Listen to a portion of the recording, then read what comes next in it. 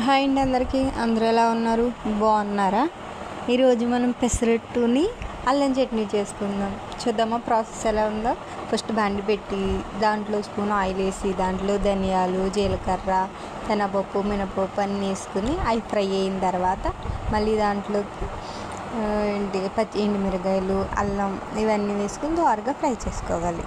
ఆ తర్వాత దాన్ని కొంచెం చల్లారిన తర్వాత మిక్సీ పట్టుకొని శుభ్రంగా మిక్సీలో గ్రైండ్ చేసుకోవాలి. గ్రైండ్ చేసుకున్న తర్వాత మీకు నచ్చితే దాన్ని తాలింపు పెట్టుకోవచ్చు. దాంట్లో మళ్ళీ నేనైతే ఓన్లీ కరివేపాకు వేసాను.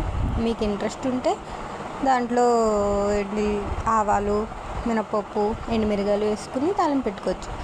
చాలా అంటే చాలా తాలింపు పెట్టి అయిపోయిన తర్వాత ఇప్పుడు పెసరట్టు ఎలా వేసుకుందాం చూద్దాము. పెసరట్టు ముందు పెనం బాగా కాలనిచ్చి తర్వాత ఆయిల్ వేసి తర్వాత 2 స్పూన్లు 2 గంటలు పిండి వేసిన తర్వాత దాంట్లో పచ్చిమిరకాయలు, ఉల్లిపాయలు, జీలకర్ర వేసుకుని రోస్ట్గా కాల్చుకుంటే సూపర్ ఉంటుంది. కాంబినేషన్ మీద హైలైట్.